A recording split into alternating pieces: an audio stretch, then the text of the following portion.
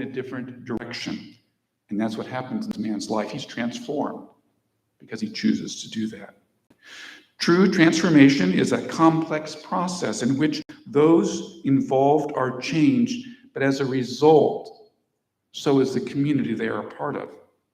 It's like the old Chinese proverb, isn't it? Give a man a fish and you feed him for a day. Teach a man how to fish and you feed him for a lifetime. How we help makes a difference. How we help makes a difference. And when we do help in a particular way, it makes a big difference. You know, my wife and I, Susan, coincidentally have been married for 38 years. And I've been thinking about that. I've been thinking about that as I've been preparing for this sermon today. I recently got to thinking about something I used to do when I did consulting with organizations. And I thought it applied to this man's situation and in a way, really how Jesus kind of cuts through everything to get to the right place. When I used to consult, what I would often say to organizations that were seeking to be more whole, to be more healthy, I'd say, so what are the things that you need to stop? What are the things you need to stop? What are the things you need to start? And what are the things you need to continue? So I was preparing for this week's sermon, and I got thinking about that. In a relationship of 38 years, what are the things I need to stop? What are the things I need to start? What are the things that actually help a relationship, a family be healthy and whole, that need to continue? There's a number of things, aren't there, in each of our lives that we need to stop. Stop complaining about the people who won't let me get to the healing waters. Stop complaining about coming here for 38 years with nothing happening. Start realizing that I'm addicted to coming here. Just that way. Safe. Don't need to get up. Don't need to risk. Don't need to do anything. Start by thinking about my situation. Start by being willing to get up. Start by being willing to trust somebody who's offering me kindness. If the man is truly led to a healthy and whole life, he will need to stop some things. He will need to start some things. And he'll need to continue some things. And the question this morning, why that message is so important, is how about you? How about me? What is true on a personal level is also true in our social dynamics, isn't it? In our social order, if we collectively want to heal, we have work to do, don't we? And like Jesus, we need to gravitate to those places as followers of Jesus. Just like he went to that well, we need to go to that pool. As followers of Jesus, we need to be presented where there is real human need. So think about it. There are shootings taking place in our streets each week. If Jesus were there, he'd ask, do you want to get well? There's racism all around us.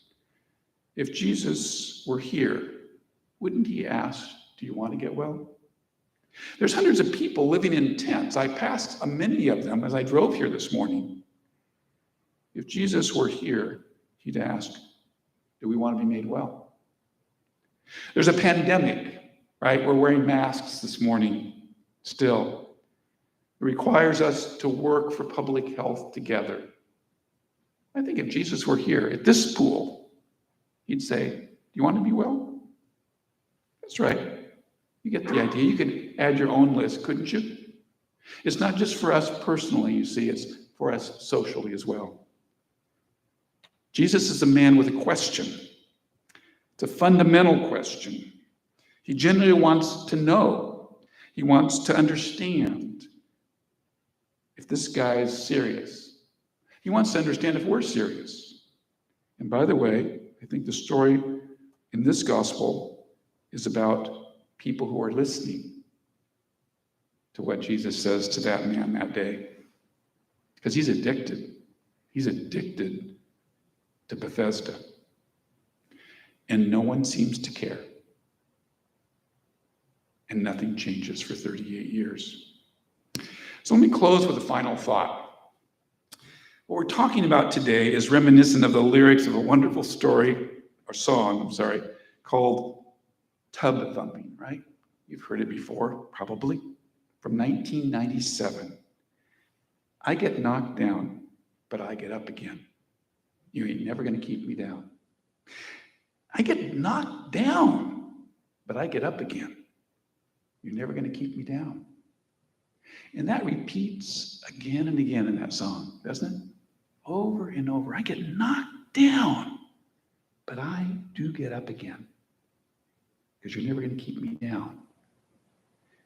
Truth is, we're all going to get knocked down by something or someone. Probably already happened. Maybe more than once. Are you going to get up again? Are you going to walk again? Are you going to be made well again? Jesus has that question this morning for us, each of us, and us collectively as well. Do you want to be made well? Do you want to get up? Do you want to take those first steps in a new direction? And the amazing thing about Jesus is that because of who he is, how amazingly aware of people, like in that Cleveland clinic, he sees the bubbles over all of our heads in the stories we hear of him. He asks the right question. He asks the right question. Doesn't do too much, but does just enough so that together we get up. And as a result, the blind see. Those who aren't able to hear. Those who are lame or bedridden get up and walk again. That's the challenge. That's the challenge that Jesus leaves with us today. It is a wonder, and it is a miracle, and it is a truth. It's a truth for us to receive today. Amen. So I think we have a great hymn to kind of meditate on as we think about those words. It is well with my soul, number 377. Let's stand and sing that together.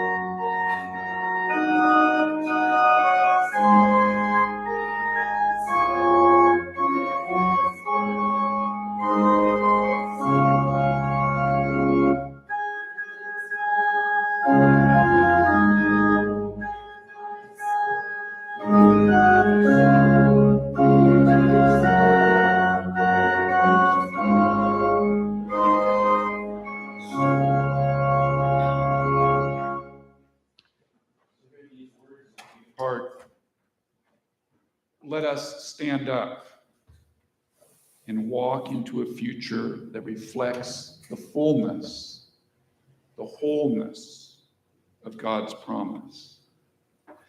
By deciding that we want to be made well, by seeing the needs of those around us, by offering a helping hand, by loving one another, by doing justice, by walking humbly with God. And all God's children said, Amen.